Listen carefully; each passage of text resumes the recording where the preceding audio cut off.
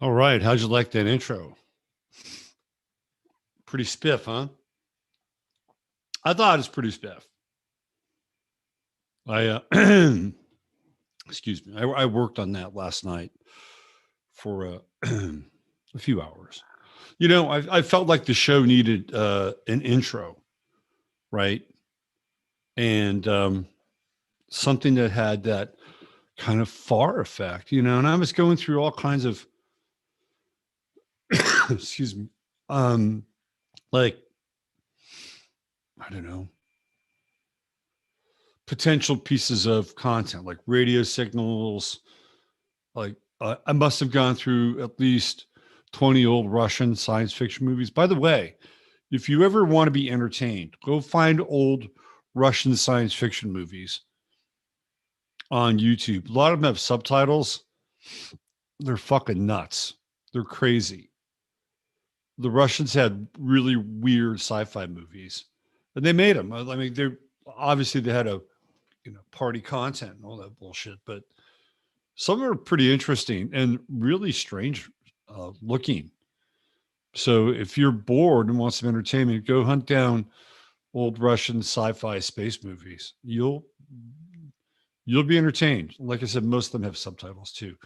Welcome everybody to another edition of 15 Minutes of Flame. What do I have? I got that focus here. It's a little tacky, isn't it? We're having a great show today. Really great show. So earlier in the week, I was joined by the great Shemeka Michelle, and she's becoming legendary, this woman. Let me tell you. I found her through Jason Whitlock. She started to pop up on Jason Whitlock. Let me take this off here. She popped up on Jason Whitlock and became the first lady of FARcast. And she is absolutely unique, one of a kind. And she's starting to really take off because I think she's on FARcast at least 3 or 4 times a week. And I think she went over to, she had a spot on Fox on the Jesse Waters show.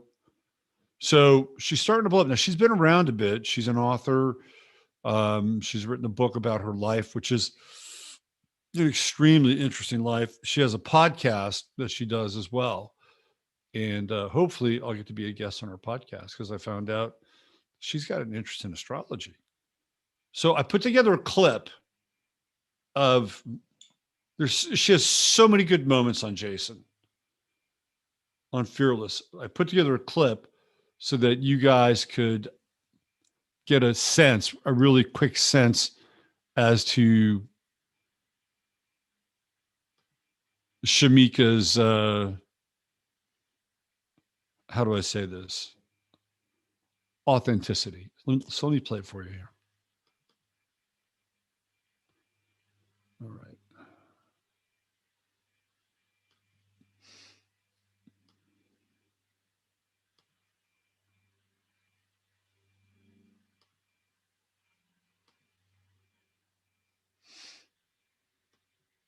Did you enjoy the miniseries about Colin Kaepernick?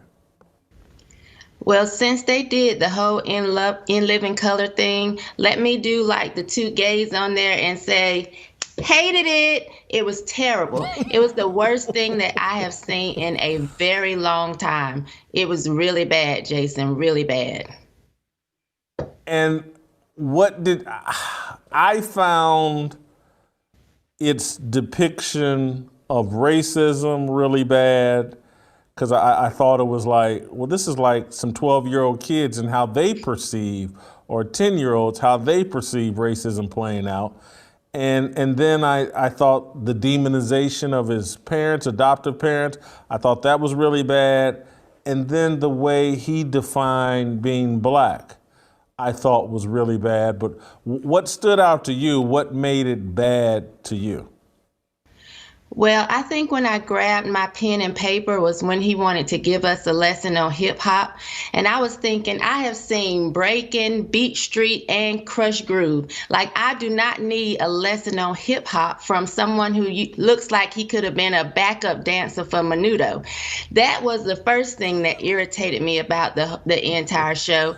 And then I noticed that he had an actor play him who was much darker than Colin, whose hair is a lot more coarse than Colin. And I think this was in an effort to really make us believe that Colin was harassed his entire life by white people. And if you look at Colin in his younger years, there's nothing that says black, that just screams black about Colin. So I definitely don't feel like he was being harassed by white people his entire life. If anything, I think that he was harassed by black men, especially darker black men, who probably told him to sit his $5 ass down before they made change. You know, once Colin came through, the Albie Shures and the Christopher Williams, they were out. You know, Wesley Snipes and Marge Chestnut, they were in. So I just feel like this was a terrible effort for Colin to just make it seem as he was the blackest black dude on the planet. And it was very unbelievable. I was just talking with Rashad about this. There's not 1,000% proof that Kaepernick's daddy is actually black.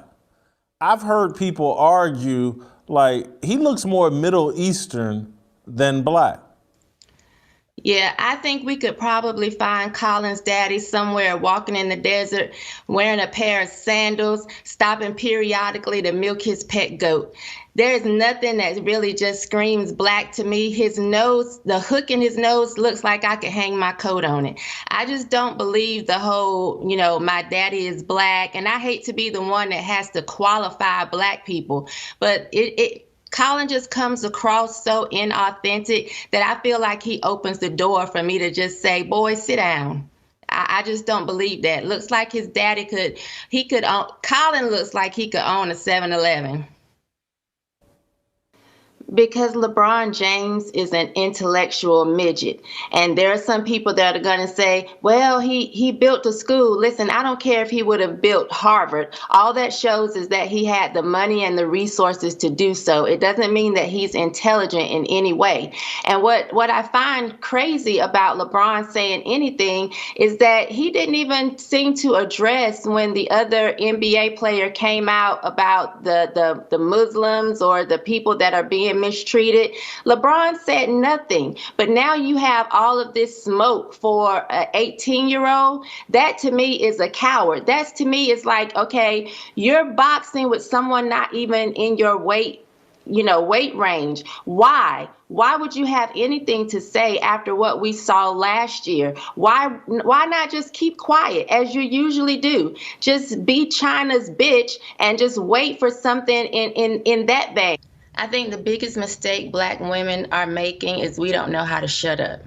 You know, a man who has been out fighting in the world all day, he doesn't want to come home and listen to you nag all day long. And a lot of times women like to bait men into senseless arguments every day, just emotional foolishness. And I know that they do it because I have friends or associates that if I offend them or hurt them in any kind of way, they'll send these long, drawn out text messages, you know, just trying to bait you into an emotional conversation. A man that is worried about putting a roof over your head, food on the table, clothes on your back, he doesn't have time for that. So I think one of the biggest mistakes is that black women don't know how to shut up. And one of the mistakes that men are making is trying to, meet them 50-50. You can't go half and half on craziness.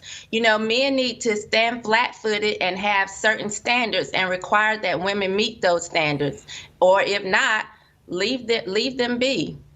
When it comes to Lil Nas X and, seeing men in dresses, I think that it has a negative effect. Of course, the first role model should always be in the home. That's one of the things that I appreciate about my girl's father. He told me very early on, you're going to be the first example to these girls of what a woman is. And I've always taken that, to heart and held that. It's been very important to me. So I think, when you don't have that in the home, they do look outside to entertainment, to TV, and what we're showing is just not conducive in producing families. How do you destroy a culture? You destroy the community. How do you destroy the community? You destroy the family. How do you destroy the family? You destroy the man. And that's what we've been doing, especially in the Black community, is really trying to destroy the man, and it has not helped us. It's only hurt us, and we have to make a change or we're doomed. Well, that's some Sagittarius rising truth telling right there. I could have gone through hours of clips and put together an even longer reel. There are some nuggets that she says throughout these episodes with Jason that are fantastic, and some of them are just outright funny, like so funny. Like she did I'm going to play it because when we get to the interview part, there's a clip that I will play. We're going to talk about it, but there was an episode where this guy punches this woman on a New York subway. Okay, she's white, he's Black. They get into it, right? And she probably should have kept her mouth shut. He probably shouldn't have hit her. You've got two parties here that are engaging in some form of baiting one another because they're both tense. They both probably had enough, right? So this guy, the Black guy, hits the woman in the face. The woman's husband is there too on the subway, and she said to Jason that dude was nuttier than Monica Lewinsky's blue dress. And when I heard that, I lost it. And Jason lost it too. It was one of the funniest damn lines, if you know what I'm talking about. Nuttier meaning that, there was some white stains on Monica Lewinsky's blue dress. So we know what nutty means in that vernacular. So there's just tons and tons and tons of just total A-roll material there. And I tried to, distill some of the best parts of what she brings to the show. So what I'm going to do now is I'm going to play the interview, and it's close to an hour, and we're going to get into a lot of this and more. And after we conclude this interview, Jeffrey Daugherty should be checking in and joining the show shortly thereafter. And what's interesting about Shemeka and Jeffrey is that they're both former ordained ministers. They both left the church. So I get into that a little bit with Shemeka, and we'll find out why. So let's find out more about her, and let's just get right into this interview that we did together. Here we go. This was on Monday, and Jason hasn't had a show all week, so I feel pretty lucky that I get to play some Shemeka content, even though there's no Fearless this week. All right, here we go. All right, hold on. And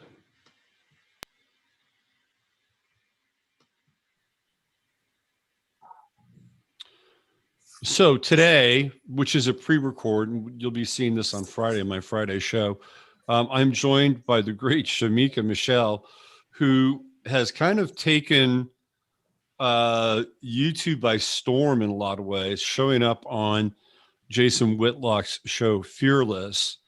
And first of all, by the way, thank you again for being here, Shemeka. It's really, again, a real honor to have you. Thank And you for having me. and I think it's an honor being on Jason's show because he doesn't have a lot of women on there. Am I right? Oh, for sure. Yes, I'm the first lady of Fearless, so I'm the only one that's consistent. And you know what I've noticed about Jason is that like if you're not hot and you're not cutting the mustard, he'll kind of cut you loose. Oh, for sure. Definitely. Every time I'm up there, I have that in the back of my head. Like, I want to be able to come back again. Like Greg Roush is in the missing persons file right now. He was on there for maybe the first month of Fearless, and I think he went south on Jason with the show The White Shadow, and he never came back. Like he was Really? gone. Yeah, I'm not familiar with that at all. I see people asking about him, but I wasn't watching the show prior to being on the show. I would watch the clips that they would post, but I didn't watch the show in its entirety. Yeah, so he didn't last very long, and I noticed that Leonidas isn't on the show that much anymore either, and I'm not sure what that's about. He seems like a really nice guy, though. I think they could turn the passion up a little bit on Leonidas, For sure. Yeah. right? Yeah, he's very passionate over social media, but I do understand what you're saying as far as watching him. Yeah. Yeah. So I'll tell you who I do like a lot, and I don't think gets enough screen time is Dave Shannon. I think Oh, yes. Dave Shannon is very interesting, and I always appreciate his takes because number one, he comes from a Christian perspective, but he's also got kind of a bigger worldview than that too. Like he's just not locked into sort of the biblical interpretation of reality, which I appreciate as well. How did Jason find you? He found me on Twitter, actually, because I interact with Delano's post a lot, because I just love the things that Delano has to say. And Delano came on the podcast that I co-host, Cut the Bull, with Charles Love and Wilford Riley. And so I interact with him a lot, and we kind of, interact back and forth. So that's how Jason found me. Delano's special. Yes. He's Professor Delano. Yep. Oh, by the way, I made the call that you were going to go on Fox next, and you did. I tweeted that out. I said, first Delano, you're next, and then you went on there on the Jesse Waters show. Yes. Right. So I knew that was coming. Let's take a quick look here at this Everpedia page because it has some information about you that we can glean. It's all just scratching the surface, obviously, but it gives people kind of a rough idea of Shemeka. So here we are. We have the Make America Naked Again, which I think is brilliant. We could talk a little bit more about that. You studied biology at NCA&T. You started and then you succumbed to partyitis, which a lot of people do in college. And then you wrote this very interesting book, Naked, A Naked Girl's Guide to Live Life Authentically, a self-help book based on Michelle's real life experiences. The book discusses topics from relationships and parenting to religion and divorce. So how has that book been received? And have you sold a few copies of that? It was received very well. I don't know how much it's selling now. I get a note from Amazon that they're going to be depositing money into my account, but it doesn't tell me prior to some. They used to tell me like how many were sold in the emails. They don't say that anymore. It just lets me know that money is coming to my account because of the sales. But when I initially wrote it, I released it in December of 2016. So it's been a while. Initially, it did very well. And it's still selling. I think that more people get to see me and they come across me and they realize that I've written a book, then they are interested in getting it and seeing what it's about, which is a really great book. I had to read a little bit of it because I was doing an interview and I was thinking, oh my God, who wrote Isn't that funny? You go back and you read something you wrote and you say, I wrote that? Right. I'm It's like, ooh, she was really smart. So maybe it's time for you to write another book. It is, definitely. I'm in talks of writing a book on feminism. I just have to sit down and actually get started and do it. Right. And now you're in demand. You're everywhere. So it's hard to do that. You've got three girls, right? Yes. 3 girls, 16, 18, and 25. And how are they doing? They're doing great. I have one who is, the 25-year-old. She's grown, working girl. And I have an 18-year-old who's in college. And my 16-year-old, she's technically a junior in high school, but she's done with all her high school classes. So she's only taking college courses because she's in an early college program. So they're all doing great. And you've done a marvelous job being a single parent mostly, right? Yes. Yeah. I don't live with their father, but he is present. So yeah, so most I wanted to qualify that. So he's in their life. He's just not with you, right? I mean, I'm assuming he's a good dude that he's there, and that's got to be a blessing. Am I right? It is for sure. I see some women who have to actually do it all by themselves. So that's why I try to never take credit or make it seem as if I'm just this single woman holding it down by myself. I like to say that I can only be the mother that I am to them because he is the father that he is to them. So I'm going to ask you a question. It's culturally based. Is that unusual in the Black community to have a father who's not a part of the family still be a part of the family and co-parent? The way we do it, yes, it seems to be unusual because a lot of people have a hard time really grasping the fact that we get along so well and that we do everything together when it comes to the kids. I wouldn't even say just in the Black community. I hear a lot of people say, wow, when they hear that we celebrate holidays together, we celebrate birthdays together. If our children are participating in a sporting event, or I have a daughter that does sports and theater, if she's in a play, we sit together. We make sure, hey, have you gotten there? I'm on the way, or get my ticket or whatever. We do everything together, and our kids have never had to really make a decision or feel uncomfortable. Like I have to like mommy more or like daddy more. We do everything together. For Christmas, they don't open gifts until he gets to the house. When they were a little younger. So this is an interesting point. Now, I was in a co-parenting situation, and honestly, I thought co-parenting sucked. It was like it was the worst part of probably the relationship you had anyway, which was raising your kids, because I had a fundamental difference in how I wanted to raise my son and how my ex-wife wanted to raise him. And so now we're supposed to raise them together apart. It was an absolute nightmare. So let me ask you this question.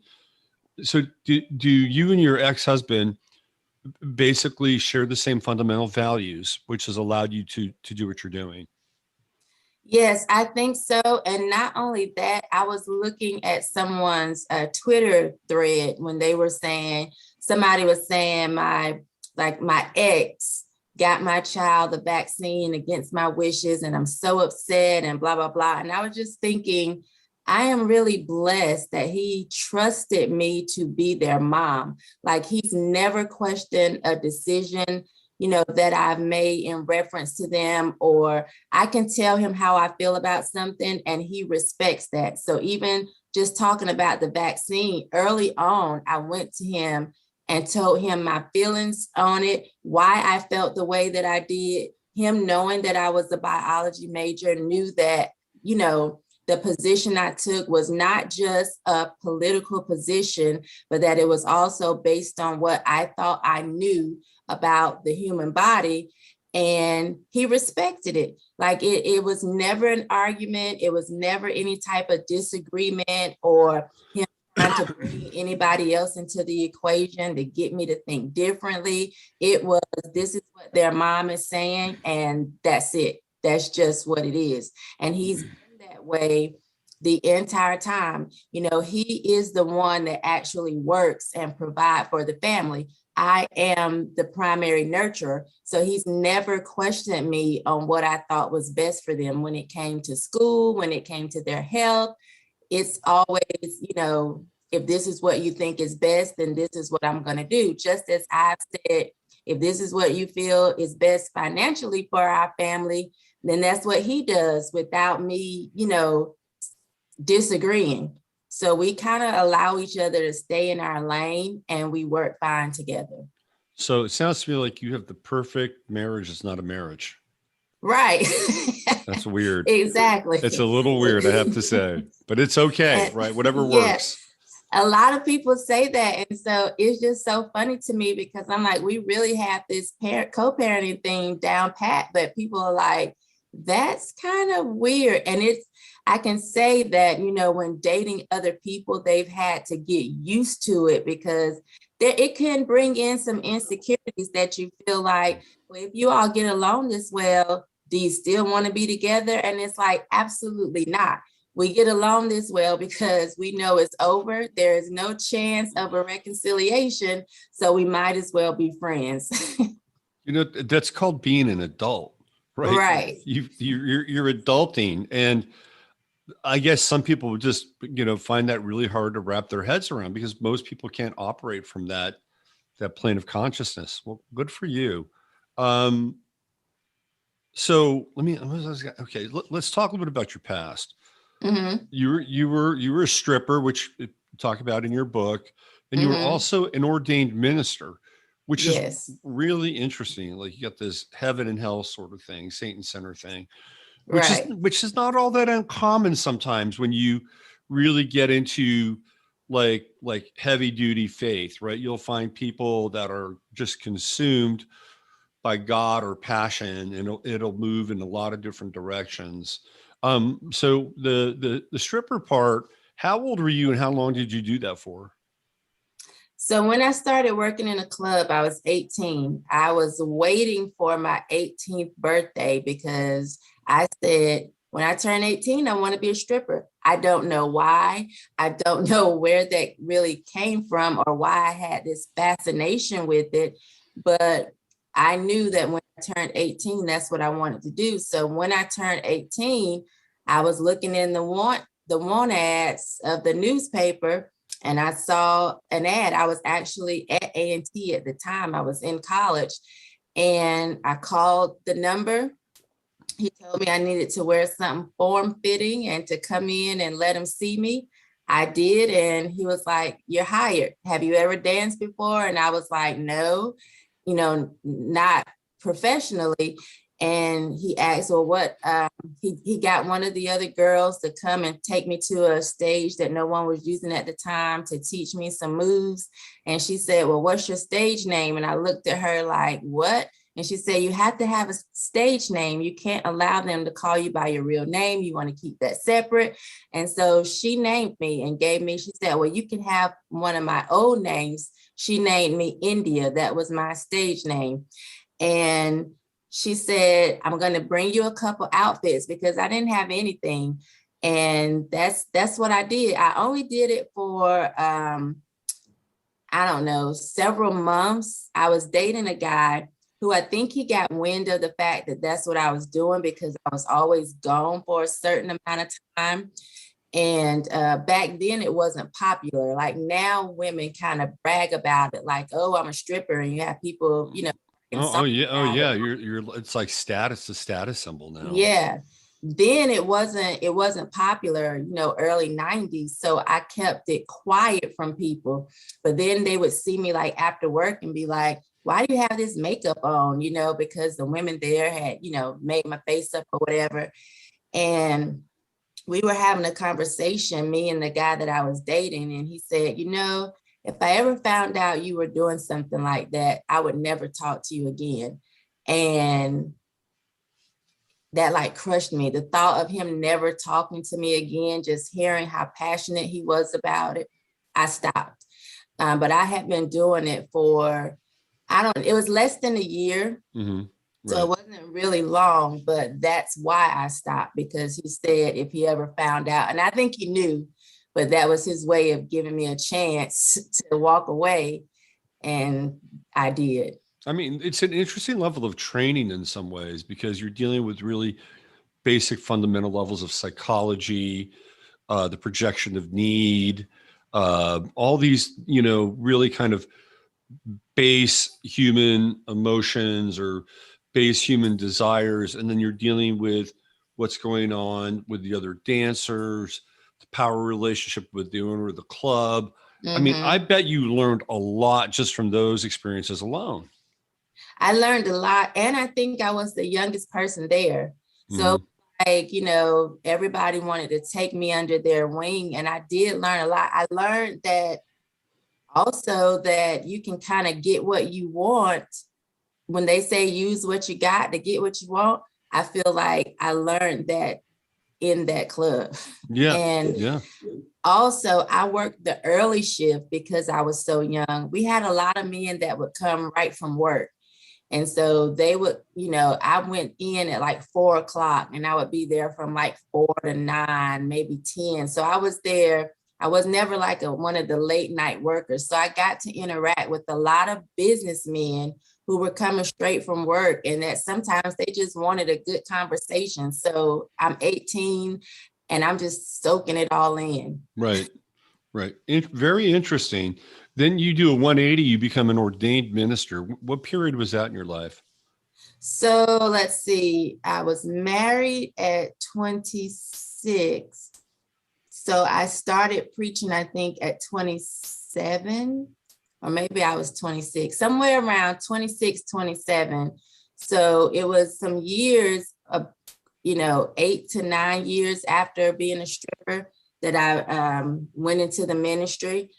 And I knew I had a message, and I just thought at the time, like when you know that you have a message for people, times you end up doing that initially in church, at least in the Black community. You think, well, I know I'm here for a purpose. I know that God can use me as a vessel to speak.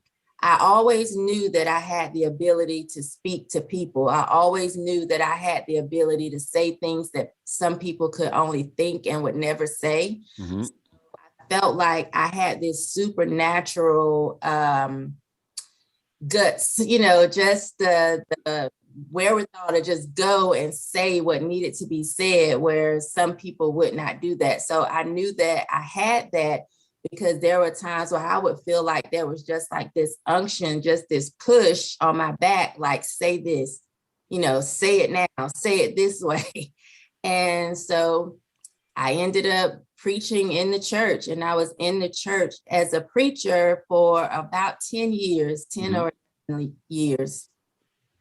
Now you stepped away from that. Then that's a really interesting change of course in one's life. What made you walk away, and what kind of criticism did you receive as a result of that? What made me walk away is that I didn't like the division that I encountered in the church, or that I saw in the church, the hierarchy, the wanting to, the titles, and people feeling like a certain title made you better than, someone who didn't have a title, or someone who wasn't ordained.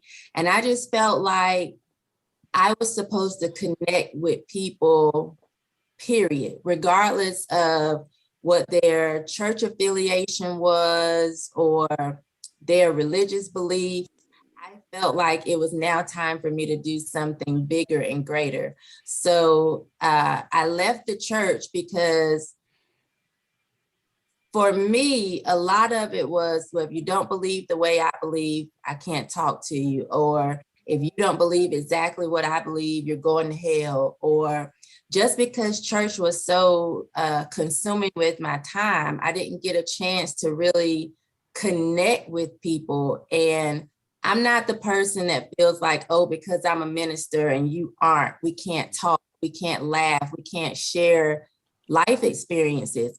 Everything that I had gone through, especially after going through divorce, I felt like it's time for me to connect with other people. I've had so many life experiences that I don't want religion to divide me reaching someone else. A woman who may be sad or depressed or going through some of the things that I had gone through in life, I don't want religion to keep me from reaching her. So for me, I felt like I had a good foundation. I felt like, I can read my Bible at home or study what I feel like I need to study at home. I really want to reach people. And so after going through my divorce, I started the Naked Girls, which is just a group of women who are vowed to live open, honest, and emotionally exposed. And I started this with a blog. And I just wanted a place where women could come and hear real life experiences from other women and know they can make it too. Like, if you're going through this, I've been there, I can make it. Just have honest discussion. And I started that. And I did get some negativity in the beginning because, of course, people that are in church feel like you should be in church. Right. People that know that you have a message, or that, maybe they thought the way I did and they just thought that message is supposed to come from behind a pulpit. They had a lot to say about me reaching people outside of the church, or, not from behind a pulpit. But that didn't last long. I don't think the criticism lasted very long. I actually had one of the elders of the church come to me a couple of months ago to apologize, to say, initially, I thought this girl is nuts, and I spoke against what you were doing. He said, but it's like you have some type of prophetic gift and you speak what needs to be spoken, and you see things that other people can't see. And even if it happens down the road, it comes to pass. And he said, I just wanted to call to say, good job. And I apologize for everything that I said against you, but you were right on a lot of things that speaking years ago that we just couldn't see.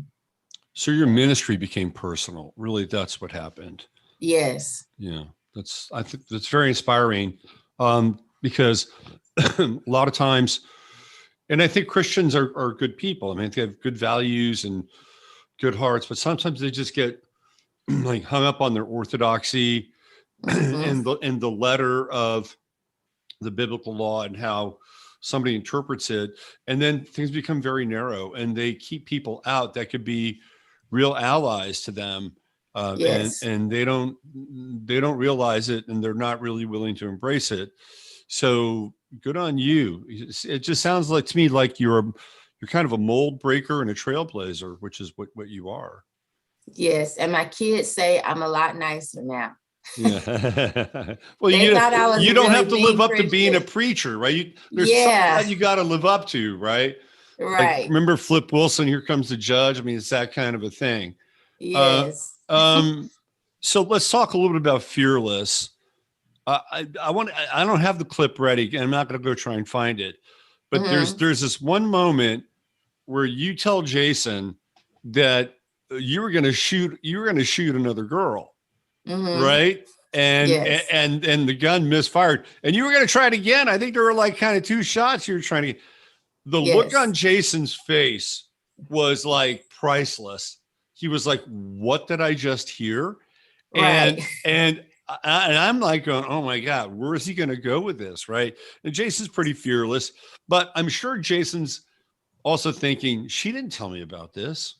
Right. Why didn't she?" I'm just curious. What was the off the mic conversation like after that show?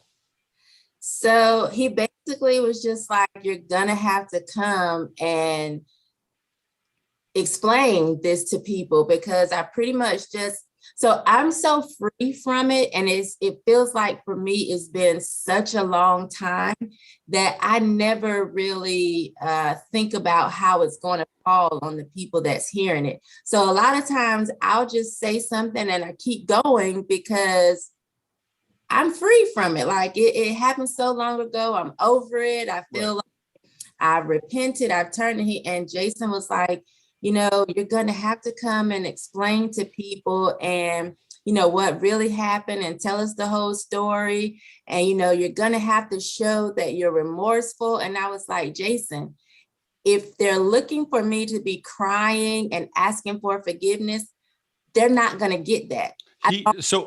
Jason said that you needed to be remorseful. Right.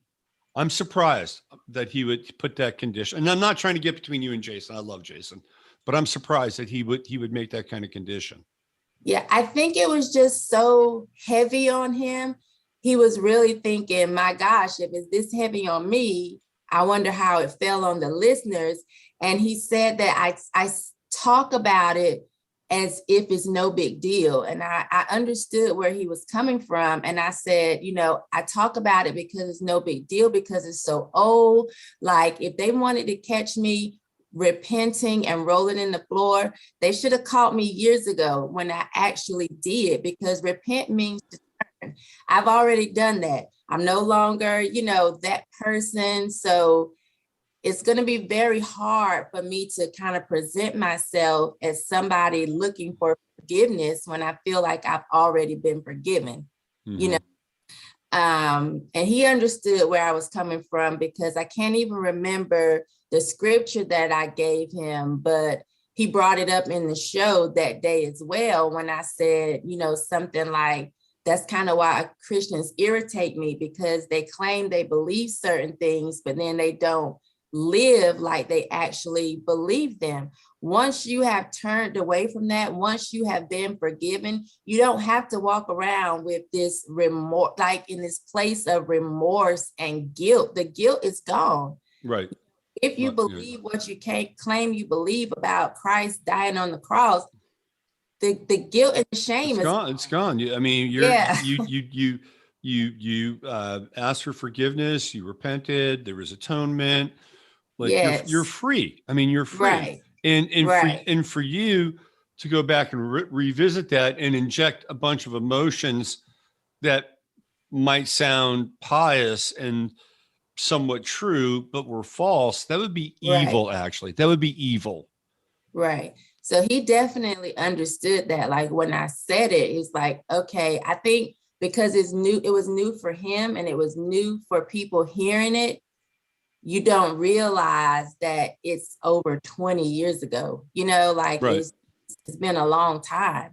So much in my life since then, it's like, I tell the story because I remembered, somewhat or mostly, but the emotions attached to it, like, I cried the night of, I was worried the night of, I felt bad the night of. 20-something years later, though, you're not going to get that same emotion from me. Right. And then he did an entire show based on that incident. And and I guess he like got clarity. Maybe it answered questions for other people. Maybe Glenn Beck felt a little bit better at that point or whatever. Right. Yeah. And I was stressed because I was doing the show and I'm thinking, I'm going through my head, like, what else have I done bad? That's the other thing I'm thinking too. It's like Jason's probably thinking, well, what the hell else has he done? Right. Right. Can we have a little more discussion? Like, were you selling drugs to 13-year-olds too, or what, Right. Yeah. He goes, I don't think anything. Cause I told him that I said it was so stressful because I'm talking to you and I'm thinking, do I need to tell him about some other things that, have happened in life? Like somebody died in my back seat. Do I need to tell that story? Like I'm going through all of these things in my head. And so it's making me stressed because I'm like, it's really hard to tell 46 years of life in an hour, Well, look, it's way better for you to have that moment than say, 2 months down the line, somebody comes out and says, oh, Shemeka Michelle, fired a gun at a woman, blah, blah, blah, blah, blah. Because that's what they do. They go back and they look at your shit and then they bring it forward. So, I mean, it was a blessing. You got it out. You got it out of the way. And it was very innocuous and very innocent. You were just talking about what happened. Right. But I'll never forget Jason's look, man. That was He was shook. He was definitely shook. Yeah, So he was. how has being Unfearless changed your life? It's made me really busy. So it's allowed, Jason is Jason Whitlock. So he has fans from years and years and years. I actually, one of my old bosses reached out to me and said, I was scrolling Facebook and I love Jason Whitlock. And he said, I began to watch a clip and I said, that looks like Shemeka. And then he goes, oh my God, that is Shemeka. And he's been a fan of Jason's for so long. He owns a consultant agency. And I only got to work with him briefly because I was working at a school and they brought him in to kind of get the school out of the red and into the black, and so he kind of met me there. And even then he would always tell me, you're supposed to be doing more than sitting behind this desk. And so he would like take me into meetings with him. He had me doing the budget for the school, really talking to the higher ups, because he just felt like I was not doing what I was supposed to do. He was like, come to talk to you all the time, like sitting behind this desk is not it. So when he saw that, he was just so excited. So I think what it's done for me is put me in front of people who otherwise would not have seen me, because I've been on the internet for a long time, but now it's putting me in front of people who would not have known who I am. And so I'm like really busy now doing podcasts, doing interviews. Like I have to do Newsmax tonight. So it's giving me the opportunity to be seen more and to be heard. Well, you deserve it because you are really fearless. A lot of the stuff you say on his show is just piercing and funny, like really funny. We're going to play something here real fast, but before I do that, I just want to go through a few more things with Fearless. Don't you think Jason needs to be a dad? Yes, I think it would give him an experience that he hasn't had. He's getting on up there in age, though. I don't know, if he wants to look like the grandpa at the soccer game, but I think it would give him an experience that he's never had. I don't know. My oldest daughter says that she doesn't want children. I think some people really accept maybe that's not their lot in life. I don't know. We don't talk about it a lot, but I think he would definitely make a great dad. My intuition tells me it's the missing piece in his life. Okay. But he helps so many other people and Yeah. takes other people under his wings, and so maybe that's enough for him. All right. We talked about Delano, who I think is brilliant, absolutely brilliant. I love Delano. Let's talk about Royce White. Royce. Okay. Okay. So first of all, you and Delano have very nice backdrops when you do your bits on Fearless. Royce White looks like he's doing his from some kind of underground radical cell somewhere, right? I mean, there's nothing on the wall. It's just blank. And the guy is freaking brilliant. I love Royce White. He is. And I think he manages to be more serious than Delano, which is hard to do, by the way. Right. What's your take on Royce? So I was shocked that Royce is so young. I think that I looked him up and he was born in 91, I think. So I'm like, gosh, I didn't realize that he was so young, because he is so smart and he is, so wise. I was surprised by his age, but I love Royce because so him and Delano are both just full of wisdom, but the difference is Royce is a little bit more militant. Royce is more anarchic is what I would say. Yeah, which I like because that's just a little bit more manly, Right, exactly. Yeah. But I think that he's on his couch, when he is on his couch and there's nothing behind. This is where he is, right? Yeah. Delano goes to the studio and then I'm here at my house and this little backdrop is from it's still something, right? Yeah. Okay. TJ Mo, I love TJ Mo. You got to meet him in person. Yes. Very smart dude. Again, it looks like he's doing his show from his parents' basement or something. You know, I'm trying to think. I can't really remember what TJ's background looks like. I it can doesn't look like see anything. Kim's in my head, but I can't think of what TJ's look like. But he is great, great guy. When we were in Nashville this past week, he made sure I got to where I needed to go, made sure that I ate. It was just, I really feel blessed being around just a bunch of men that understand their purpose in life is to be men. Yeah. And it has just been a blessing for me growing up an only child. I did have 3 uncles. So it kind of takes me back to my childhood where my uncles just were, they could do no wrong. That's how I feel about all of these men in Fearless. Like, I'm just surrounded by a bunch of manly men, and it's just so great. Like, even with the podcast that I do, I'm the only female and I have 2 male co-hosts. It's wonderful. And TJ is he's just very solid, right? He's solid, he's clear.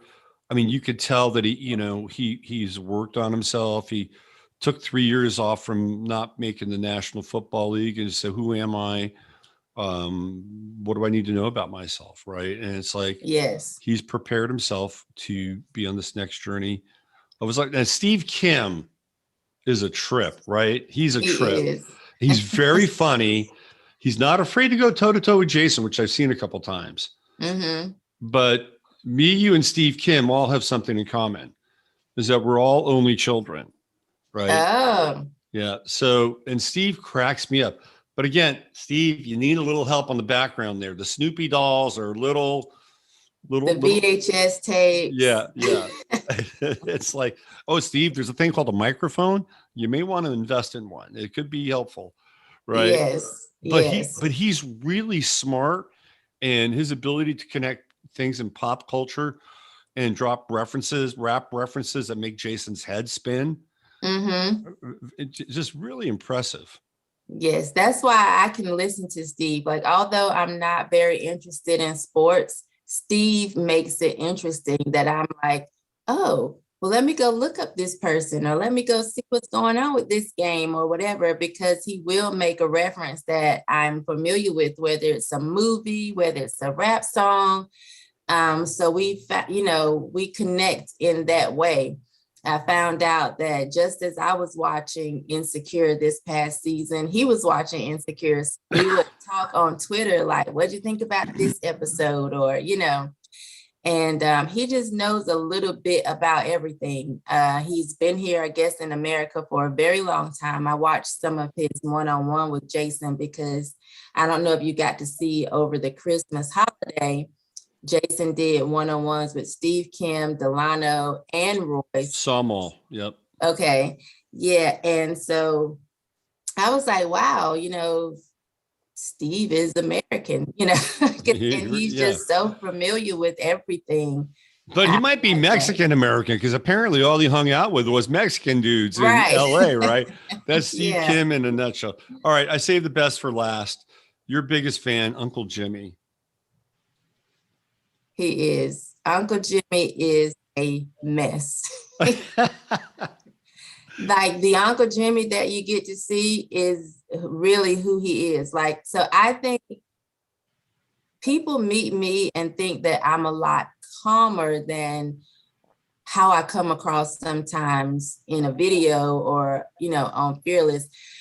Uncle Jimmy is the same. He is the exact same, just cracking jokes, being silly. When I was there, this was my first time getting to meet him, because the first time I went to Nashville is when he was in the hospital. So I didn't get to meet him at that time. Silly, just silly the entire time, cracking jokes. We worked on a video. I guess once it's done editing, it'll come out. Just a comedic skit, and easy to get along with. Just really, really, really funny guy. I actually think Jimmy is a comic genius. Yes. Right off the top of the head. Like, I don't consider myself funny. people think that I'm funny, but I've never considered myself to be funny. I think that because I'm Southern and the way that I say things, sometimes it comes across funny, but I'm never trying to really crack a joke or be funny. I'm just saying how I feel. But with Jimmy, he's truly funny, and like he knows that he has that gift, and it's amazing. Yeah, it's great. All right, I'm going to play one clip here, and then we'll get on now because I know you got a big interview coming up here with Newsmax. So I'm going to play this, and the clip is 5 minutes, 25 seconds. This is you, and I think you're talking about Randy Moss.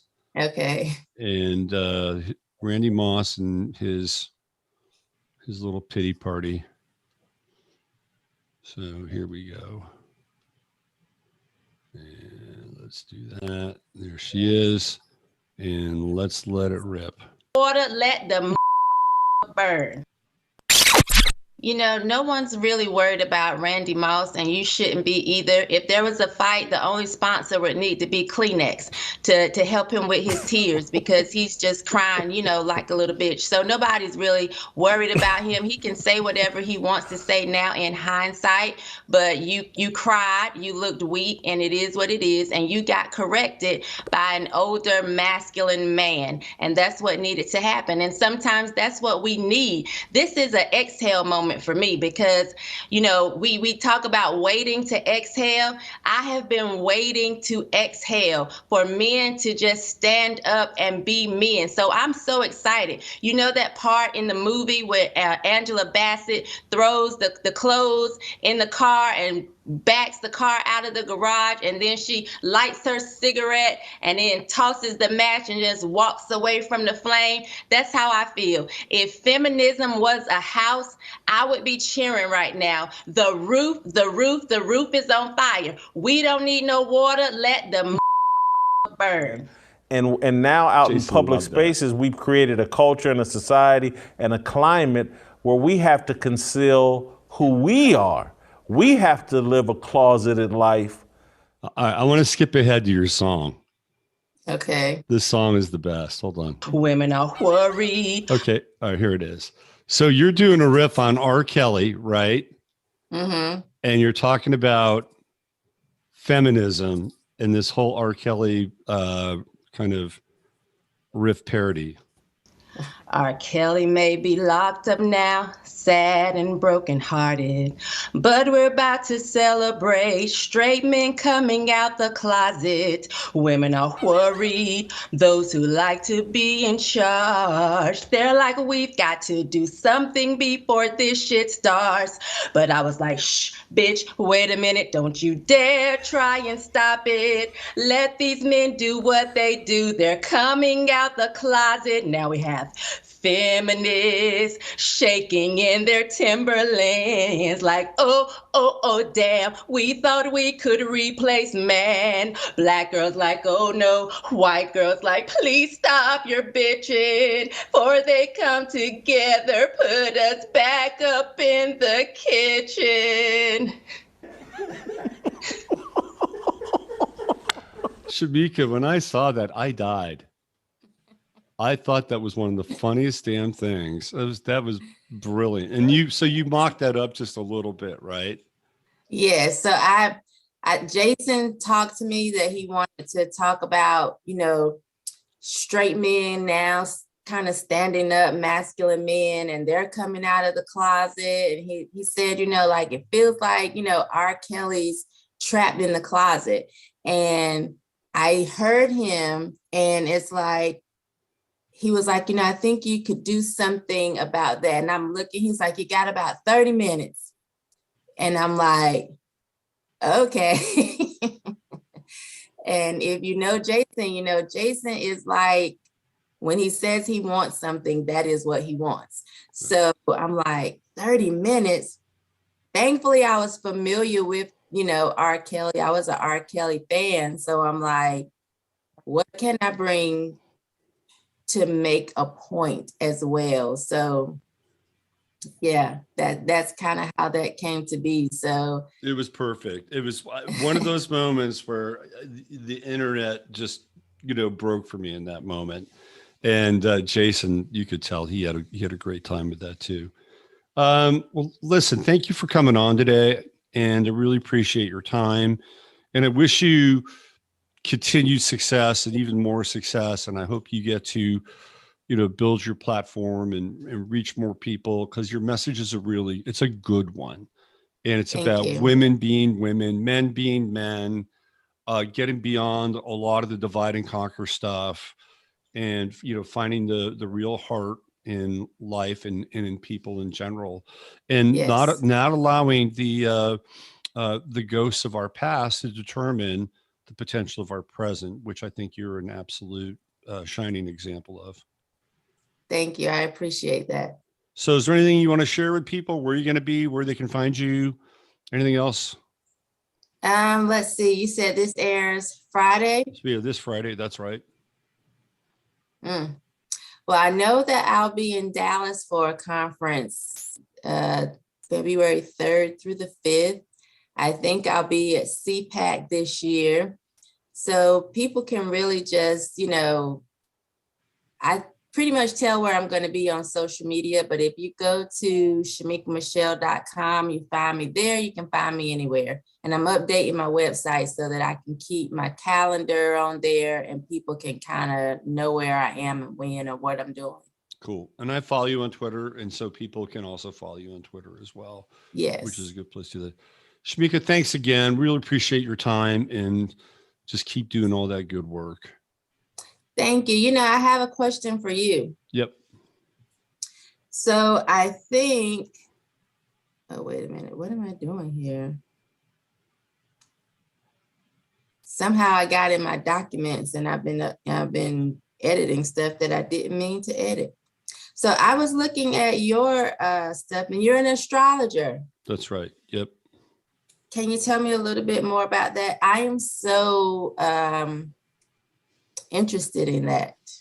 Yeah. So I started doing astrology full time back in 2008, and through just a weird set of circumstances.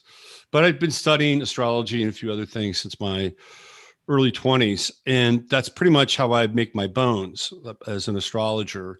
I work with people, and I have a astrological podcast airs on YouTube on Sunday nights. It's a pretty popular one. Okay. And it's I mean, to me, it's a really interesting tool. Okay. I don't prescribe that it has any kind of magical powers, right? But there are things that are there that are very important, very, very important, just in terms of a person's map for their life, because that's how I look at astrology, as a map. And if you go into the Bible, Jesus even says, you shall know a man by the place of his birth, right? So he's really talking about an astrological chart, actually. And there's astrotheology all throughout the Bible, which I don't try to get into. I'm not here to convince believers that astrology is a thing, right? But I've had to go through some challenges. I ran for city council here in the town that I live in, and one of the guys I was running against found out I was an astrologer, and he said that I ran a cult, and I was a practitioner of the dark arts, and so I have to go up against this stuff. And I come at it from, astrology is a system, right? But there is something behind that system, and that system is what I would call God. And God is in everything, including the planets, which have vibratory relationships with everything else in the universe, just like you and I are having a vibratory relationship now. Everything exists on a vibrational level. So it's just being able to understand these relationships between these luminaries in one's chart. So that's pretty much what I do. And I've been pretty successful at it. I was going to ask you your sign. I didn't know we could go there, but I was going to ask you your sign. So do you do tropical or Vedic? Oh, I do tropical. Yeah. So tropical, my sun sign is Aquarius. Mm-hmm. My moon is Pisces. Mm-hmm. And my rising is Sagittarius. So I was trying to think about who you were astrologically before we got together. And so I came up with 4 signs.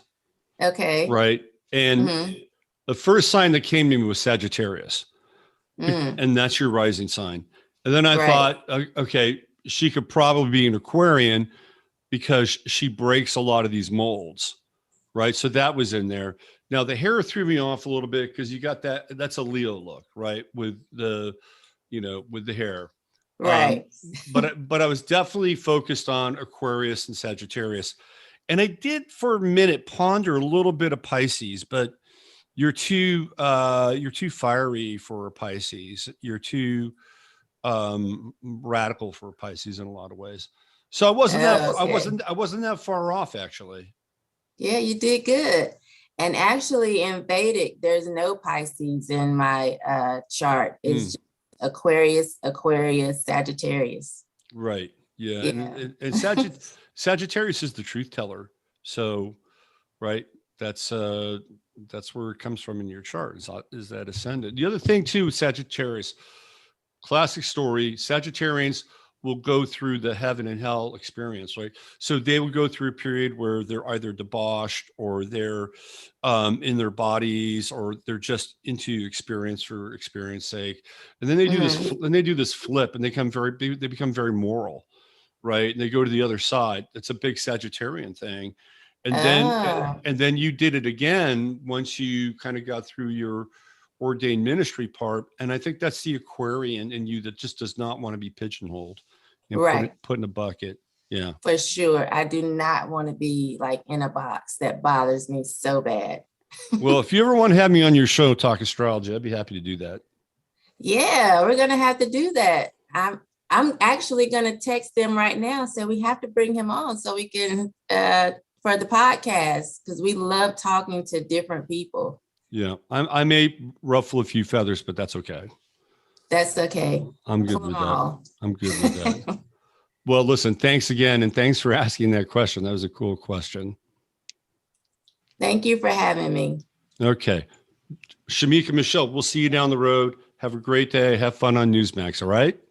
All right. Thank you. Okay. Bye for now. See you. All right. Wow. Wasn't that a great interview? I thought that was really awesome. Really awesome. Let me do this. Let me get rid of this. Let me just close this here.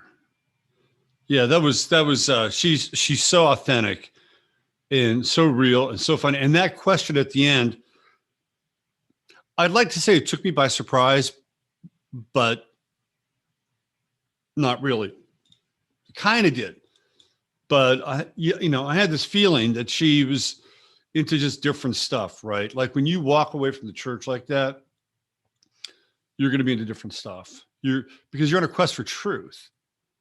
And when you get that Sagittarius and Aquarian combination, it's you have to keep moving through these systems so that you're continually refining the authenticity of the self, which is Sagittarius on the ascendant, and Aquarius will drive that. And the Pisces moon, should be born on a new moon. And, new moon people tend to be experiencers, right? They want to have a lot of experiences in their life. And I like the Pisces moon. I think it's one of the better placements for the moon. It can be compassionate and kind and a bit prophetic too, actually. So yeah, I hope we get it together, and I hope I can be a guest on her podcast. That'd be a lot of fun. A lot of fun. She was a great guest. So we should be joined here by Mr. Jeffrey Daugherty fairly soon. Fingers crossed. Let me see if I send him an invite. He got it. So he'll be here. Okay, good. Let me check in with you guys and let's see where you're at with everything. Um, let's see. She really opened up to you. She's just such a cool person. You sometimes you just get a feeling about people, right? Let's see some of the comments we have here. I wonder which church she was affiliated with. Probably a Baptist church, probably an AME church. That's my sense. Kelly B's here. Hi, Kelly. Let's see. I have Black Moon, Lilith, and Scorpio. So I get this beautiful lady. She's a good one, Kelly. You will like her, what she has to say.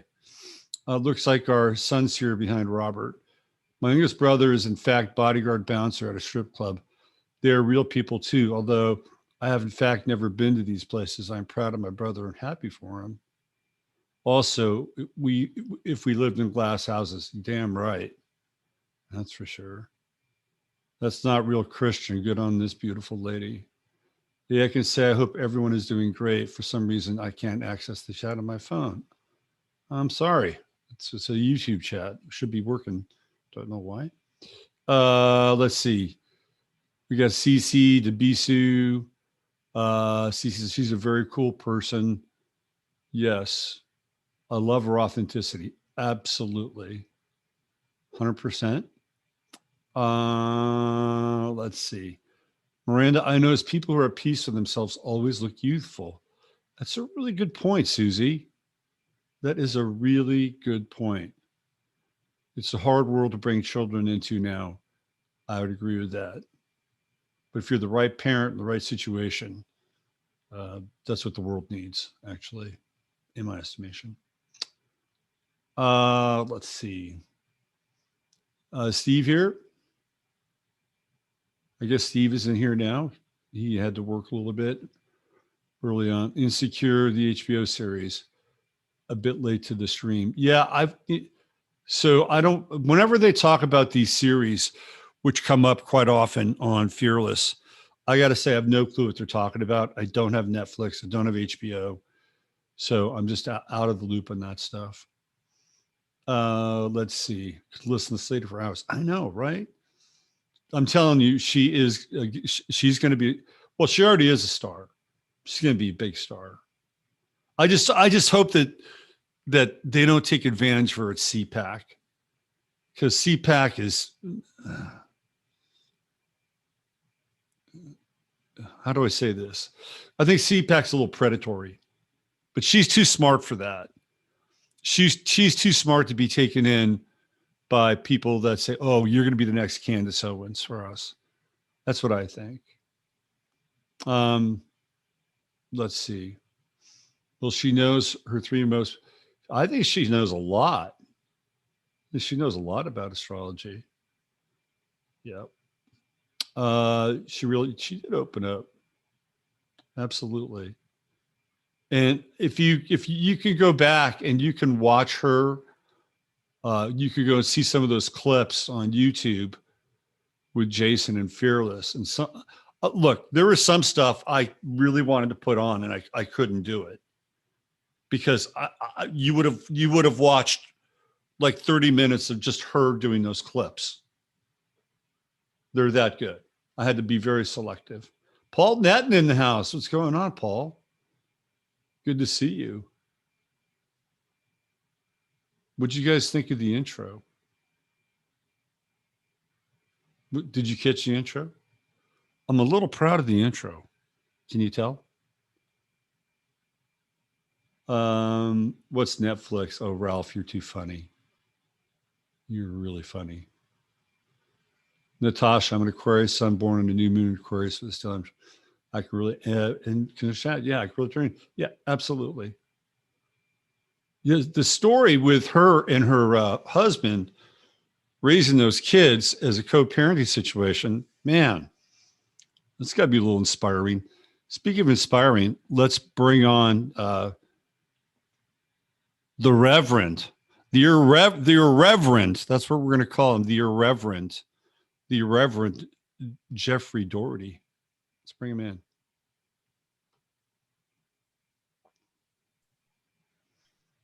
Can you hear me? Coming in loud and clear. Excellent. Now seeing you, there you are. What's going on? I called you the irreverent Jeffrey Daugherty. That works very well. Yeah.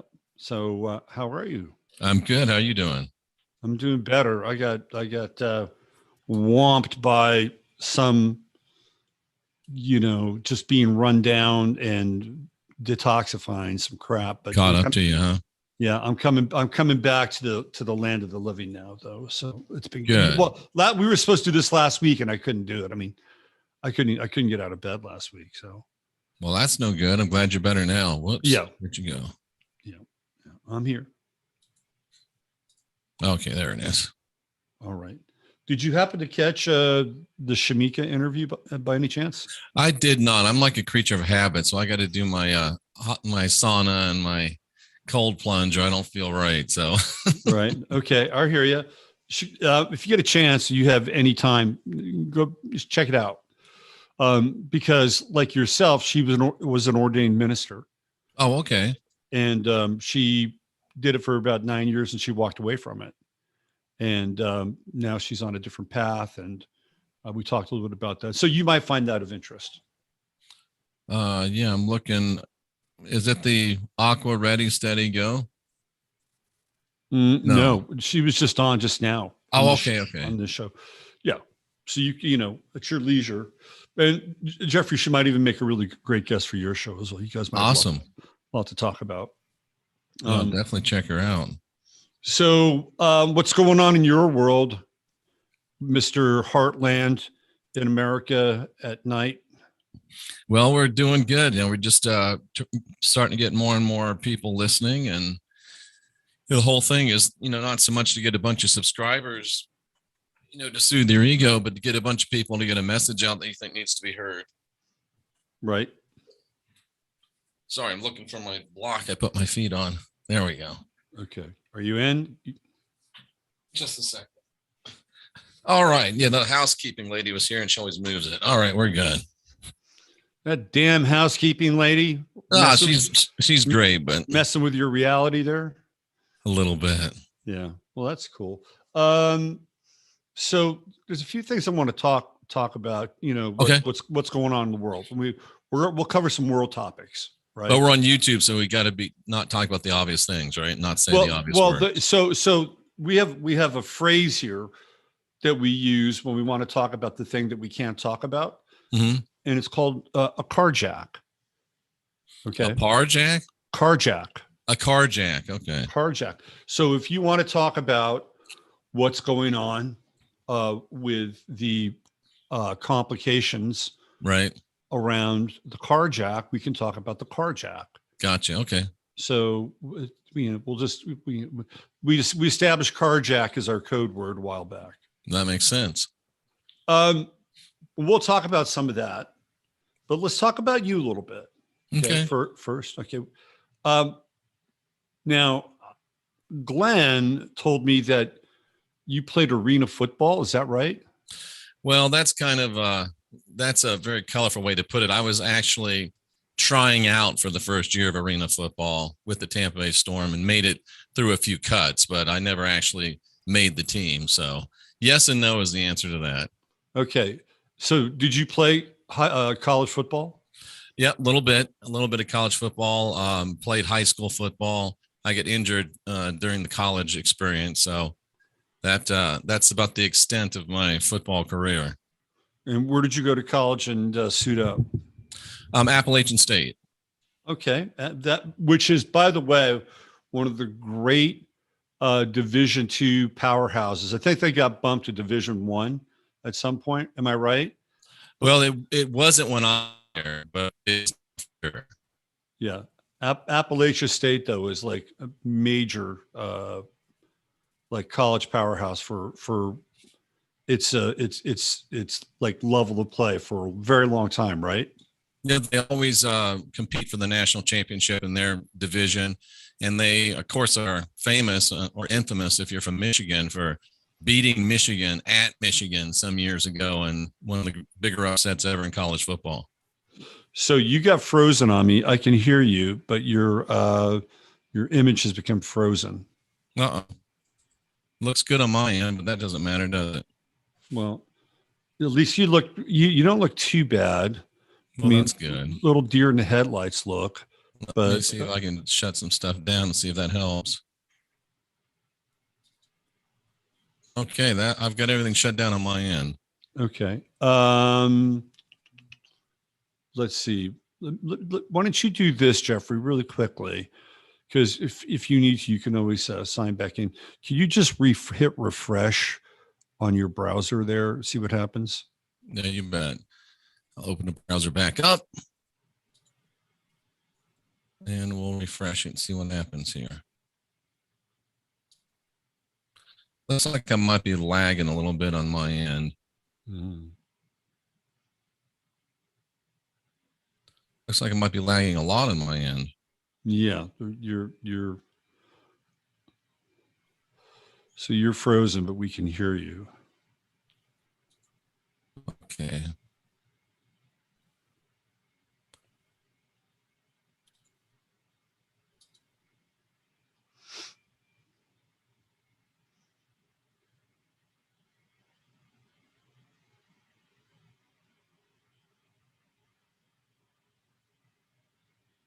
Okay. Are you still there? All right. So now Jeffrey is in digital limbo. I'm going to tell him to sign back in here. So I can do this. Yeah, he's got to sign back in. So come on back in.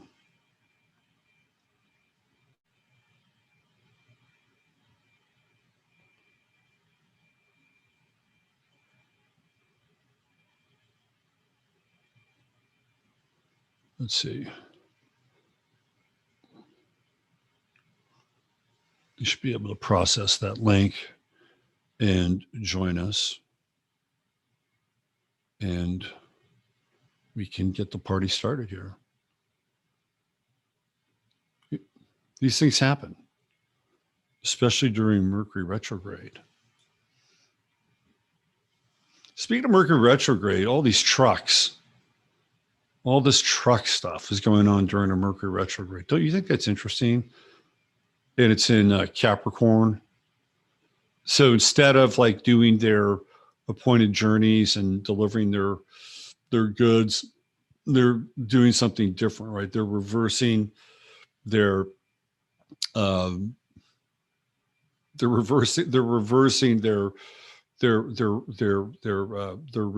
reversing their normal routes, right? They're doing something different, and they're all headed towards Ottawa. This is going to be a very interesting time. I bet you Justin Trudeau is scared shitless.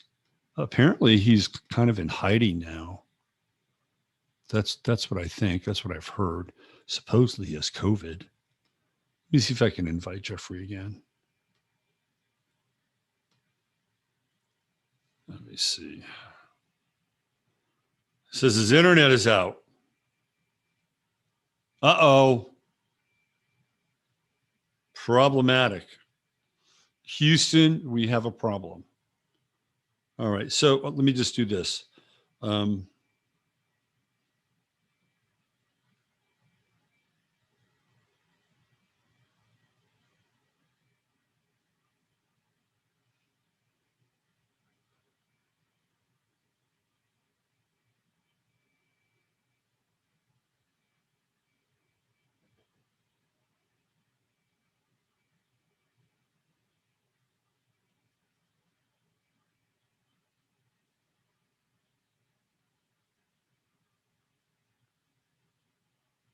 Okay. So I told him I keep going till 2:30. And if he gets his internet back on, he can jump back in. Anyway, yeah, so this truck thing with Mercury retrograde is pretty interesting because things are going, they're not going out to deliver their goods, right? They're doing something different. They're going in some other direction. So I don't know where this is going to go, just in terms of the impact in Ottawa.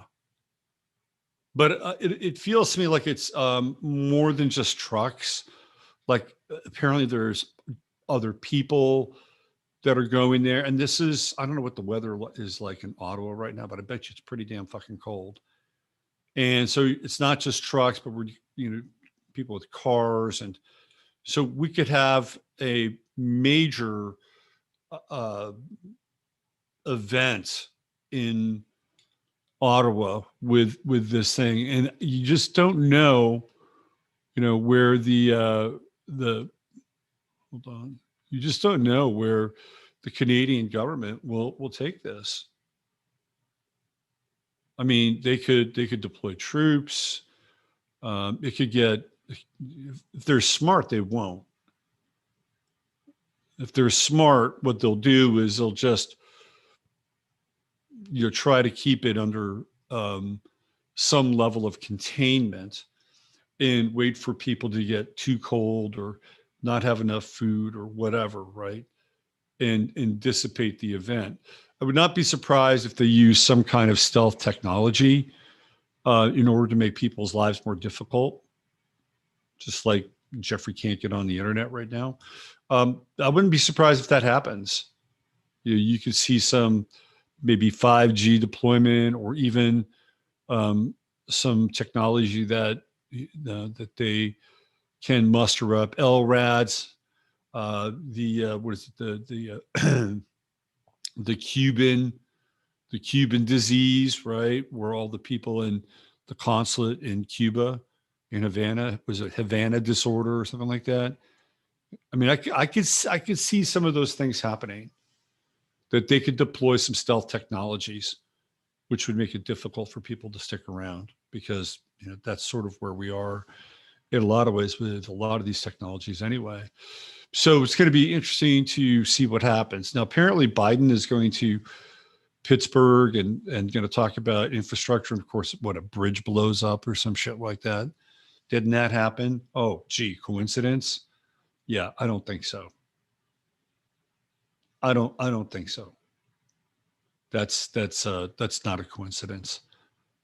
Now they could use that as, fodder for their agenda, which is build back better. We got to build back better. We need that build back better money so that we can tear everything down and start all over again. The Great Reset.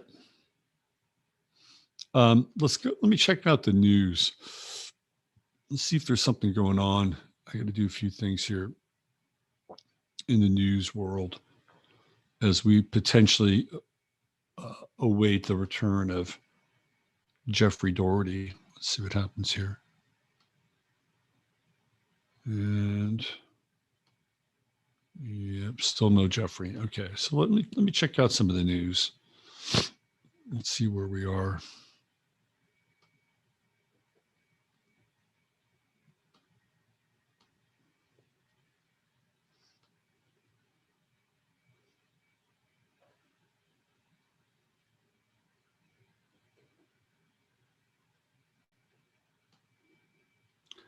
I hate CAPTCHA. I really do. By the way, I use a VPN most of the time now when I'm online. And I suggest most of you do the same. And I use IPVanish, which I think is a pretty good one. Okay. What do we have going on here? Alex Berenson, Israel is overrun with COVID. The vaccines have failed. The experiment must stop. What the hell is going on in Israel? I mean, that's bizarre. But it doesn't seem that bizarre in some ways. But you would think that the Israelis would protect their own, right? You would think that. But that's not the case. So who in Israel? So first of all, are people in Israel really getting vaccinated?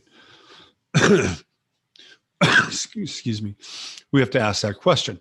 And I'd say the answer probably yes. Who is getting vaccinated in Israel? That's the more important question. Who is getting vaccinated? Well, I can tell you it's probably the people that Naftali Bennett and the Likud party don't like. Okay, these are probably the more orthodox uh, Jews in Israel, or perhaps are more of the left-leaning variety who might be sympathetic to the Palestinian state. And I don't know if a lot of people know this, but Tel Aviv is one of the most gay cities on the planet. Well, it is like really gay. And I'm not disparaging that, but it's really freaking gay. So that's another group that might be forced to be taking these vaccines, right? So, maybe what they're really doing is they're eliminating the people that don't fit into the Likud model of being an Israeli. It's like, fine, go. See ya. There's this theory that we were starting to talk about the Holocaust a little bit. And then there's this theory that has been floating around for years that the Jews sacrificed a number of their own people for the Holocaust, and that they believed that it would be the thing that would give them moral high ground for the 20th century and allow them to use that situation to either procure more land, reparations, whatever, right? And this is not a thought that's come out of my head. A lot of people have examined this possibility that their own people were being scapegoated and, for the greater good. I mean, so historically that's been talked about. So would that be any different than what's going on now in Israel? I don't know. It seems to be somewhat similar, although the sort of the outcome or the rationale would be quite different, right? It'd be, it would be different because if the first part is true, then they're setting up what they call the Holocaust industry and reparations and all these memorials and museums and the never forgets and the never forgets, right? That would be part of it. And they would say, look, we're going to sacrifice a part of our own people in order to gain greater benefit as a result of this. That's possible. That is entirely possible. I'm not saying it's true, but it's entirely possible.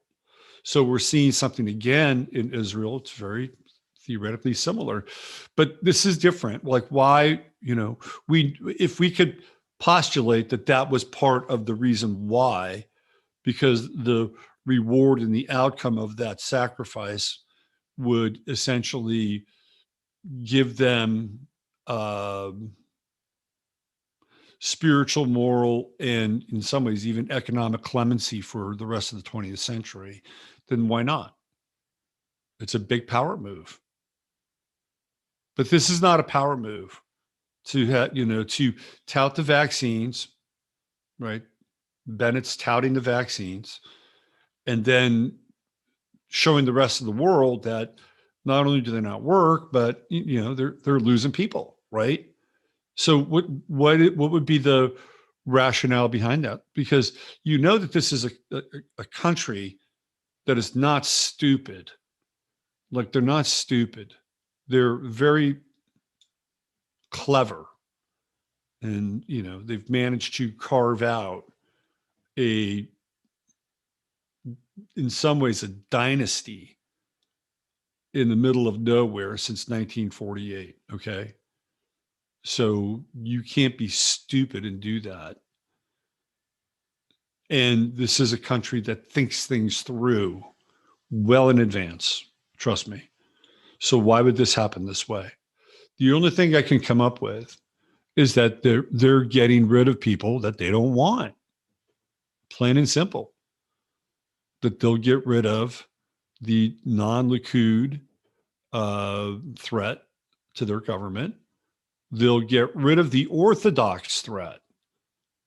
And the Orthodox threat is a threat that, like, if you look at the, Orthodox Jewish community in New York City, they're really anti-vaccine. I mean, no vaccines, not just the carjack, right? But they're just totally anti-vaccine.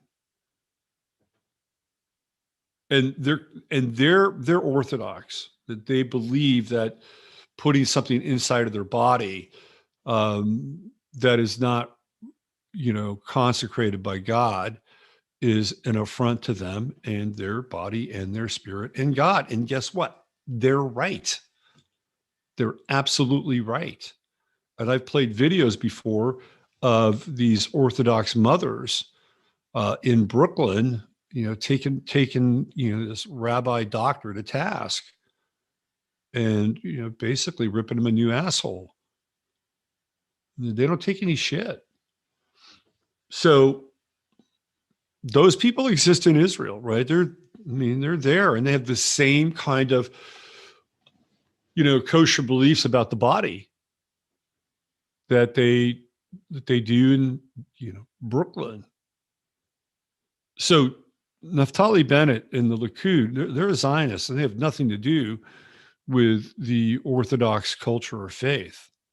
In fact, they probably think they're a pain in the ass. They'd like to get rid of them because they stand in the way of, sort of the Zionistic worldview of the Zionists they're political. I mean, Zionism is not a religion. It is a political affiliation, and it's a belief system that has some religious threads, but that's not what drives it. Okay, so it's kind of more secularized assemblage of national identity and power. That's what it is. So it's actually counter to the Orthodox community, which is non-political. They're not political. They don't believe in the same things as the Likudniks and the Zionistic state. They don't. So there are cross purposes. And they also happen to be anti-carjack. So there you go. There's a group. That's a group. And like I said, you have a liberal class inside of Israel, mostly in Tel Aviv, again. And I'll reiterate, it's one of the most gay cities in the world. And they are not Zionists. They're not Likudniks, right? So would it be, I don't know, strategically good for them to be eliminated? Absolutely, because now they don't have to contend with them. So, I mean, there could be something else going on here that we don't really understand at a full, like we can, what the Israelis are doing could be very similar to what the Chinese were doing in Wuhan, which was a purge. The Chinese were purging dissidents in Wuhan. That's what was going on. And because in Wuhan, like the quality of life in Wuhan sucks. The air quality sucks. It's terrible. Absolutely terrible. And they were making noise about it. So there was that. And they kept having to deal with what was going on in Hong Kong. So they needed something to quell the dissent. And they got it. They got it. They got their pandemic in Wuhan. They started bolting people in their apartments, pulling people off the streets, right? Eventually, everything in Hong Kong gets shut down because this, no more protests, no more umbrellas. That's done, gone, right? And if you look back during that time in China, they weren't doing that to people in Shanghai.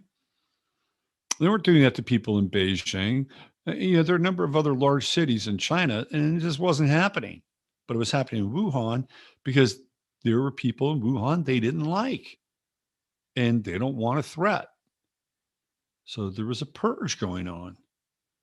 And maybe that's what's happening in Israel, that they're using the vaccines and the boosters and specifically targeting parts of their society so that they can purge them out. Because they're not stupid. And yeah, they can buy all these shots from, I believe, Pfizer. I think they're getting, they've got to deal with uh, Albert the reptile, Albert Bourla the reptile. But that's just a deal, right? It's a money thing. And who do you think is paying for that? You know who's paying for that? We're paying for that. Yeah. Do you know how much money we send Israel every year? Billions of dollars. Billions. And it's always under the auspices of a loan, but the loans never get paid back. So who's paying for those shots, really, from Pfizer? We are. Absolutely. So I think that there's probably some methodology, because the one thing that Israel doesn't want to do per se is that they don't want to have their image tarnished in some ways. Right? They don't want that. They want to present themselves to the world as being benevolent and going to places and helping out, and going there where disasters happen and taking care of the sick and the wounded and making sure that their organs find a new nice place to live. But they want to put their best foot forward. So why would they do this? Why would it look like they're participating in an abject failure? They're not that stupid. I'm telling you, they're ultimately doing it because they're taking a risk. It's a risk reward, right? The risk is that we're going to do this, it's going to happen, and we're going to show that it doesn't work on some level, but we'll get rid of as many undesirables as we need to or can. That's my take. That's my take, because there's no other reason why they would do it. Hubris, pride, maybe, but they're too smart for that. They're just way too smart for that. Wish Jeffrey was here. We could talk about that. I bet you could have a few things to say. Let's see, what else do we have here that's remotely interesting right now.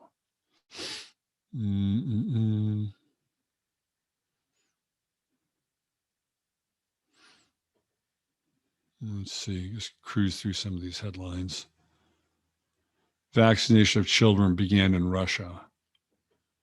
Wow. Okay, so now we've got truckers in Italy. What's going on there? Let's find out. So this trucker thing with a Mercury retrograde is fascinating to watch, right? It is absolutely fascinating.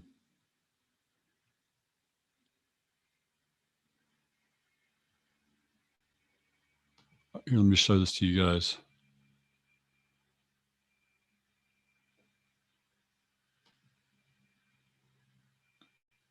Here. Check this out.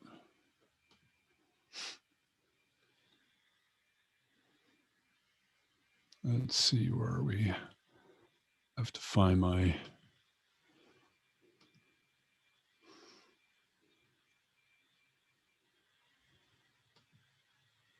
There it is right there. All right, check this out.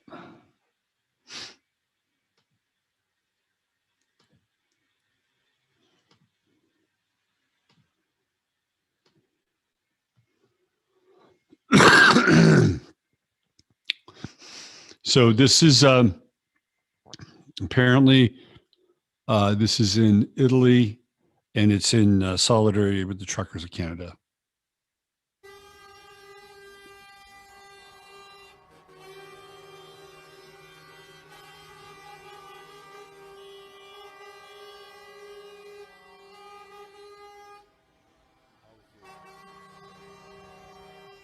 Look at that. Love it.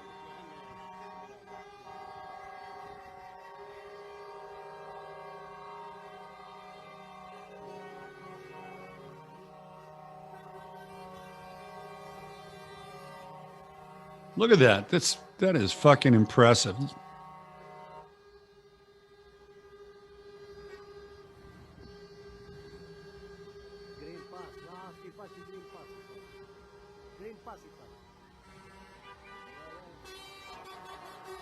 That is impressive.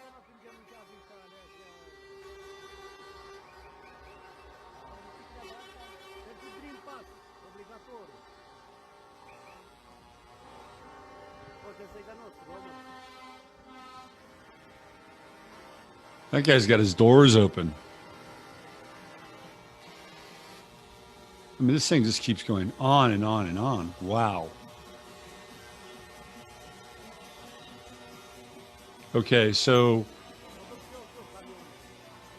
I don't know what their plan is. This all seems very spontaneous in a lot of ways, very Aquarian, which we love in a lot of ways. But if I were them, I'd be very strategic about this.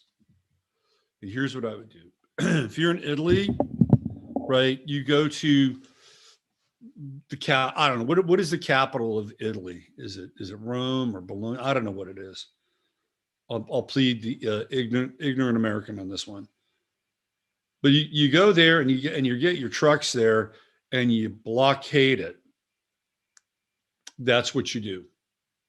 You do about a 4-block blockade with these trucks all around the Italian parliament. And then the other thing you do is you find the whatever the headquarters is for the most popular television network in Italy. You do the same thing. You do about a 2-block blockade so that nobody can get through. Right? That's what you do. You got about a 3-block blockade around, the Italian Congress or Parliament or whatever, and you create a siege situation. They're not getting out, and nobody's getting in, and that's the way it is, right? And you make a stand there. It's the same thing with their largest TV. Canada, you got to do the same thing. If you're going to spend this time, this energy, and your fuel, then you need to do at least a 3 to 4 block blockade around the parliament in Ottawa so nobody can get in and out. That's just the way it is. And you're not moving the trucks until it's over and done with. Right? And then you go to CBC, same thing, 2 or 3 block, siege blockade, same thing. They're not getting in, they're not getting out until they're playing with a different set of rules. And they could come in with tanks and they could do all that shit, right? The minute they do that, they lose. They lose. And Canadians have been pretty passive for the most part. But if they start to bring in the heavy guns, heavy artillery, and they try to move these trucks out of there, and that's provided they follow my lead, of course. It will be open warfare. There will be a war on the streets of Ottawa, and that's what you have to do at this point. I mean, you have to create choke points, and the 2 choke points are going to be where political power resides and decisions are made, right? And the other would be like the CBC, where they actually have the media flow through that organ, and you can't get in or out. And that's just, you create a siege situation. I'm sorry, that's the way it is. And you could say, look, if you're an employee, a CBC, you want to leave and get out of here, you can leave. But nothing's getting in.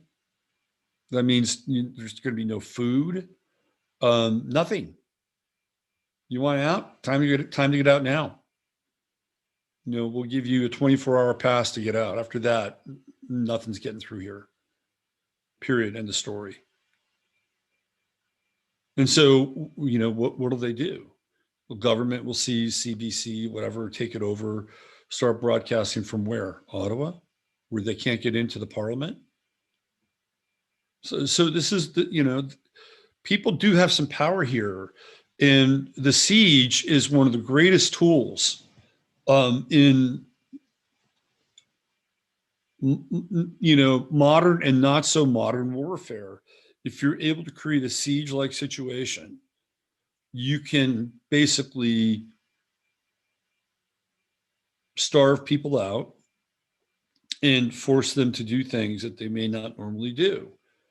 Unfortunately, they did it with David Koresh and the Branch Davidians in Waco. That was a siege situation. The ATF created a siege around the compound there. And you saw what happened ultimately, right? By the way, the ATF now is starting to go after special triggers. There are triggers that theoretically turn your semi-automatic into an automatic weapon, which is not necessarily true, right? Semi-automatic, you have to keep pulling it, right? Pull. There are some triggers where you could just pull it, hold it, and it will continue to discharge. But it's a special kind of trigger. So now they're going in and they're going after these triggers. Not only that, but the ATF just went in and busted an Amish farm where supposedly they had illegal gun sales, supposedly. So they're starting to make a move now, right? And this is what I was talking about before. So this is the next level stuff. They need to start to disarm the American people. They're going to have that. Apparently, a lot of these guys and women, by the way, who have been forced to take the jab, the carjack, are getting really sick, really, really sick. So I've seen some stories around this, and they're hurting. So now you've got, our armed forces being depleted because, well, the old carjack is getting in the way of their being able to function. So we're in a really interesting and critical time in this whole story, in this whole narrative. And it's going to be interesting to watch how some of this unfolds. If these truckers do their trucker thing right, they can be very effective. But they have to do it right, and they have to essentially do what I'm advocating, which is freeze out the two main areas of power, right? A parliament or a Congress, and CBC or whatever the equivalent is in Italy. You have to do it, or else, what are you doing this for? Well, what are you doing it for? And if you're a citizen of these places and you have a car, you should join them. Join in and be prepared to put your life on hold for 30 days, 40 days. Seems like an inconvenience. In some places it's quite cold, like Ottawa, but you have to make a stand somewhere. And if you don't make a stand now, it'll be too late. It'll be far too late. So, and here in the States, we'll have to deal with it too. I mean, it'll be a bit different. I can tell you that it'll be a bit different, but we'll have to make our own stand as well. Some of it is obviously going to be predicated by the state that you're living in. I live in Texas. I go about my business. Nothing's really changed for me. That doesn't mean that it won't change in the future. It could. If Beto O'Rourke becomes governor of Texas, the game is over. We're fucked, right? And he's running for governor. And they've imported hundreds of thousands of people into the state over the last year to tilt the election rules. And people don't realize, or they forget, that Ted Cruz beat Beto O'Rourke by 1% of the vote. 1%. It was one of the few elections that I actually voted in. And I actually voted for Lying Ted because I could not vote for the lying leprechaun, the giant leprechaun,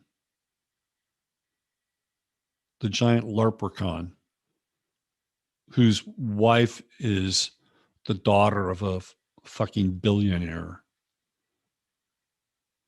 So maybe, just maybe, my vote for Lying Ted actually counted for something. Who knows? Who knows? I think we're going to wrap it up here. We're coming up on 2 hours. I do want to share a story with you. I hope it. I don't want to let the cat out of the bag too much here, but and I'm really hoping that this thing goes the way that it went. And so yesterday, I did an interview with a local candidate here by the name of Nubia Divine. And I think I mentioned her story a little bit this last week, where she was pregnant and then she had her baby that lasted 90 minutes, and it's a very, very powerful, very moving story. So yesterday, I sat down with her and I interviewed her, not for my show, but I actually did it for her so she could put her story together for her campaign. And I hope it comes out, because it's a really good story and a really compelling one. And when it comes out, I'll play it and you'll get to see it. And then I'll share with you later what some of my motivation was to become involved in sitting down with her and interviewing her. And we'll leave it at that. All right. Well, Jeffrey, I hope you get your internet back. And we'll have you back on the show. Third time will be a charm. No doubt. You can find him on Rockfin, by the way. And of course, the great Shemeka Michelle. You can find her on her website, shemekamichelle.com. We follow each other on Twitter. The real Shemeka Michelle, right? She's on Twitter. You can follow her through me, vice versa. And there are other people, that are part of Jason's show that are really worth following.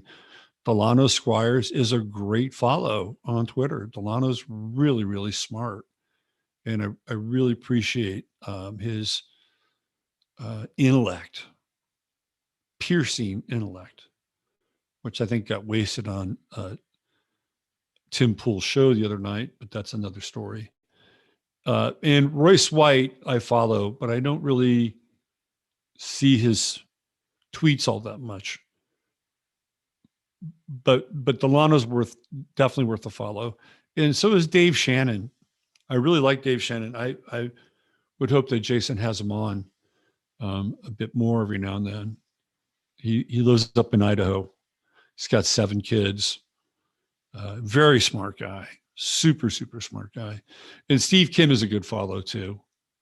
And he talks a lot about boxing and stuff. But the one thing that I love about Steve Kim is he'll interact with you on Twitter, just like how Shemeka interacted with me on Twitter.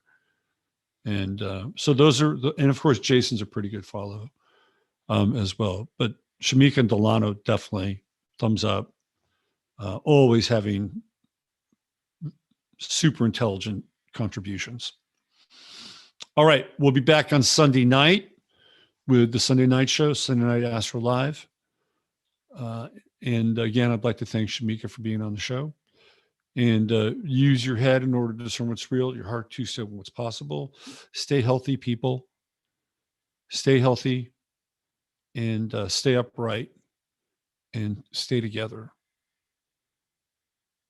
Take care. Bye for now. We'll see you on Sunday night.